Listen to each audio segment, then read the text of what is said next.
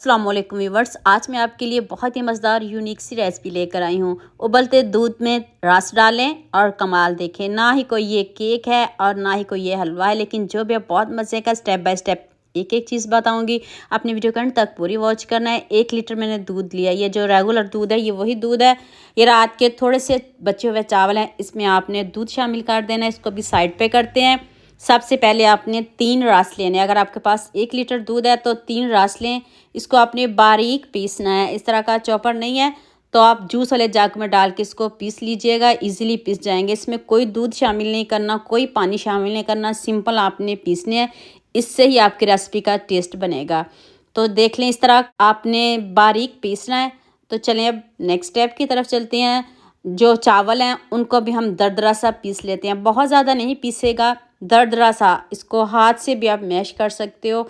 तो दरदरा सा थोड़ा सा दूध डाल के मिक्सी को रोक रोक के चलाइएगा। स्मूथ सा पेस्ट नहीं होना चाहिए। अभी आप पूरी वीडियो देख के जाइएगा, आपको मज़ा आ जाएगा। जितनी मज़े की ये रेसिपी है। उधर दूध हल्का हल्का पकना शुरू हो गया है तो इसमें सबसे पहले हम इसमें मिल्क पाउडर डालेंगे। मिल्क पाउडर से बहुत अच्छा फ्लेवर आता है। जितना मर्ज़ी डाल लें, मैंने इसमें 2 से 3 चम्मच मिल्क पाउडर ऐड किया है। आप ज़्यादा भी डाल सकते हो।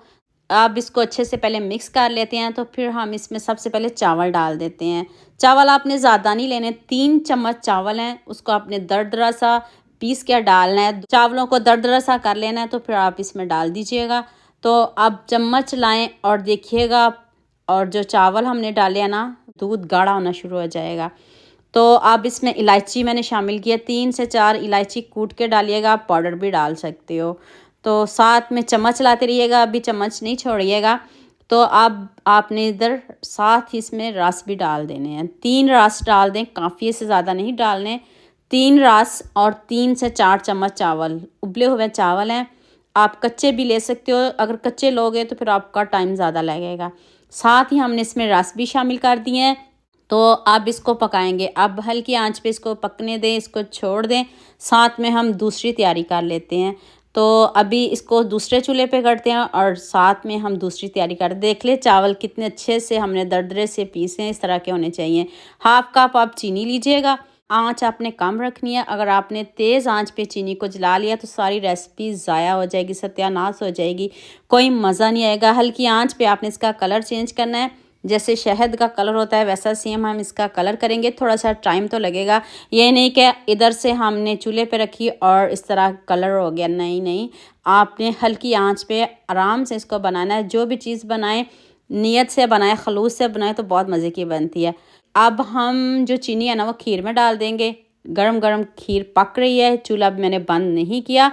तो अभी थोड़ा सा इसको और पकाएंगे। ना खोया डाला है, कुछ भी नहीं डाला, लेकिन इतनी टेस्टी कैसे बनी है आप खुद देख लें। आप खुद खूबसूरत से कमेंट करिएगा जितनी मज़ेदार मैंने आपको रेसिपी बताई है। तो यहाँ मैं आपको याद दिला दूँ, अगर आपको मेरी रेसिपीज़ पसंद आ रही हैं तो जल्दी से मेरे फेसबुक पेज को भी फॉलो कर लो और साथ में मुझे यूट्यूब पे सब्सक्राइब कर दो।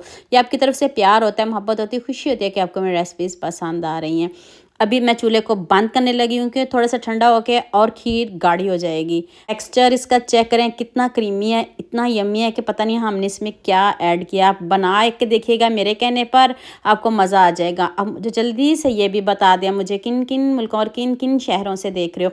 मुझे बहुत खुशी होती है जब आपके फेसबुक और यूट्यूब पर खूबसूरत से कमेंट पढ़ती हूँ। आप सबका खूबसूरत कमेंट करने का बहुत बहुत शुक्रिया। और आप सबके लिए भी दिल से दुआ है मेरी, आप भी हमेशा खुश रहिए और हमेशा मेरे साथ ऐसे ही जुड़े रहिए।